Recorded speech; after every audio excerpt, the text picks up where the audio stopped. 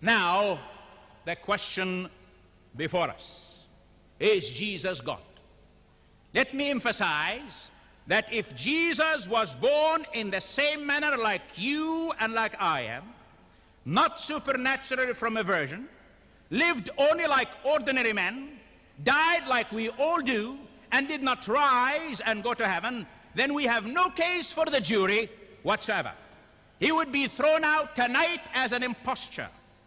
But the real question tonight is this: was God Jesus? If we accept the fact that God is almighty and can do anything, our dilemma becomes apparent.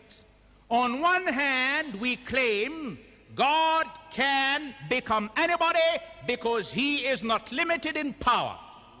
Yet on the other hand, we imply he is not all-powerful when we deny him the prerogative to become a man. I submit to you, dear friends, that man can never become God. This is blasphemy. But God can become man, and his name is Jesus Christ, Lord, Savior, King of kings and Lord of lords. Dr. Stanley Jones, called the Apostle to India, explained the types of religions in the world. The first, he said, was the Word made Word, God revealing himself primarily in a holy book. The second type is the Word made law. God is viewed as primarily found in a set of rules. The third is the Word made flesh. If humans were libraries, the best way to communicate with them would be through a book. If humans were constitutions and bylaws, they would respond best to a set of laws.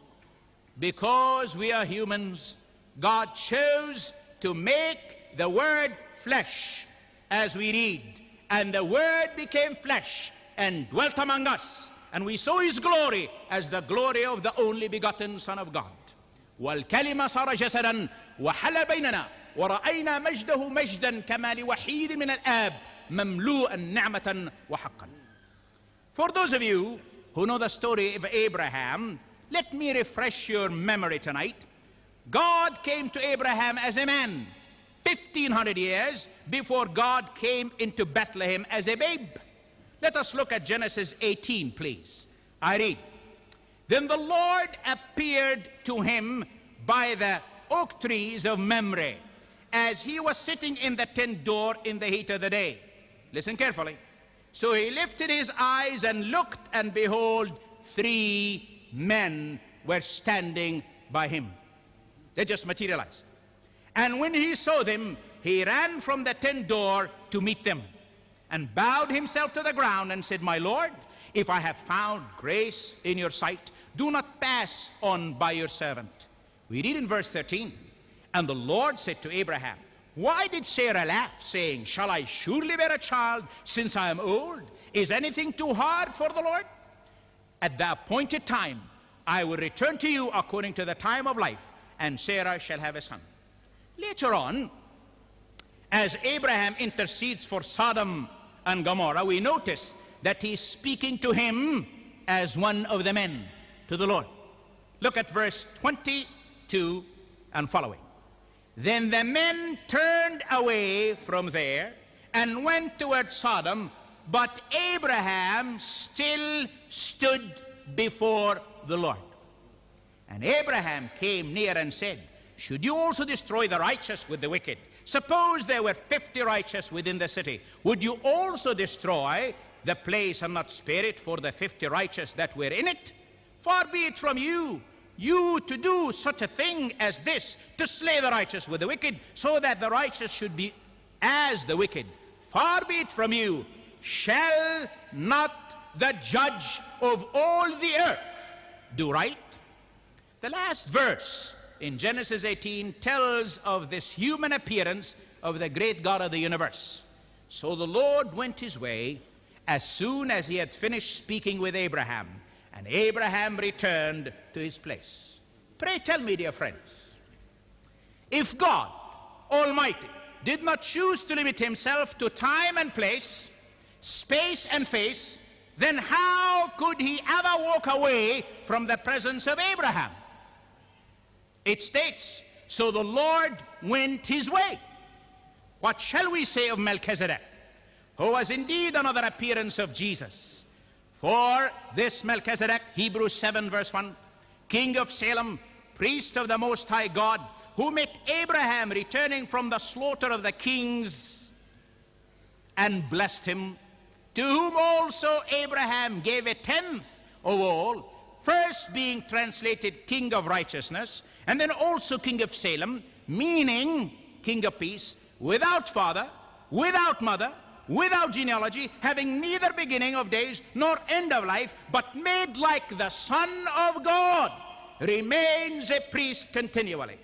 Adam was a created being from the dust of the earth, and we are dust too.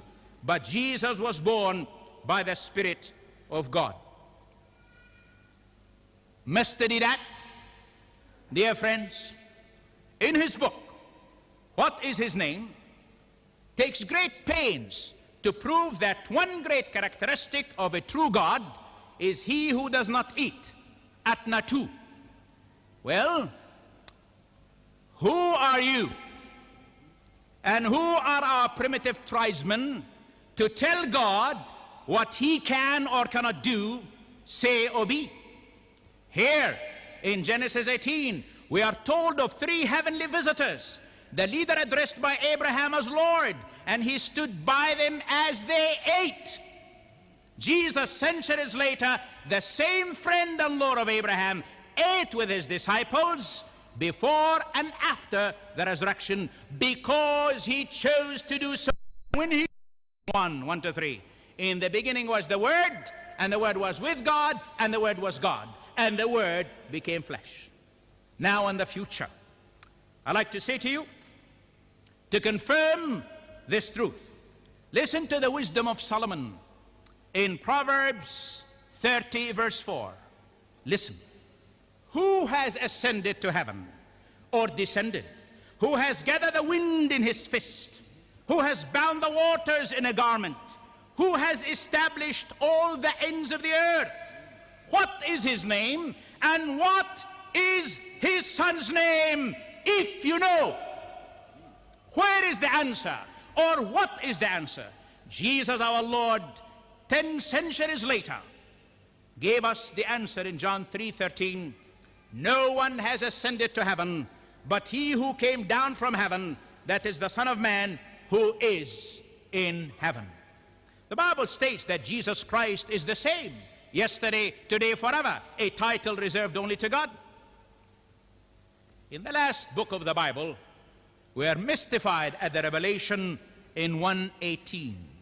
I am the Alpha and the Omega, the beginning and the end, says the Lord, who is and who was and who is to come, the Almighty. Verse 17 and 18, the same chapter. And when I saw him, John says, I fell at his feet as dead. But he laid his right hand on me, saying to me, do not be afraid. I am the first and the last. I am he who lives and was dead, and behold, I am alive forevermore. Amen. And I have the keys of hell and of death. Do these incredible pronouncements, prophecies, and proclamations sound like this supernaturally born Jesus is just a man, or truly incarnate deity? God is omniscient, all-knowing. A great number of my learned listeners tonight know the story of the Samaritan woman found in John 4. Why was she convinced he was what he told her, the Messiah? He said to her, you want this living water? Go bring your husband. She said, I don't have a husband. He looked straight in the eye and said, you spoke the truth. You had 5, and the one you have now is not your husband. She said, ah! She was terrified, ran back to town, and what did she say? Come see a man who told me things that I have ever done. Could this be the Christ? And they found he was. The present, some of you may remember the story of Philip. Philip found Nathanael and said to him, We have found him of whom Moses in the law and also the prophets wrote, Jesus of Nazareth.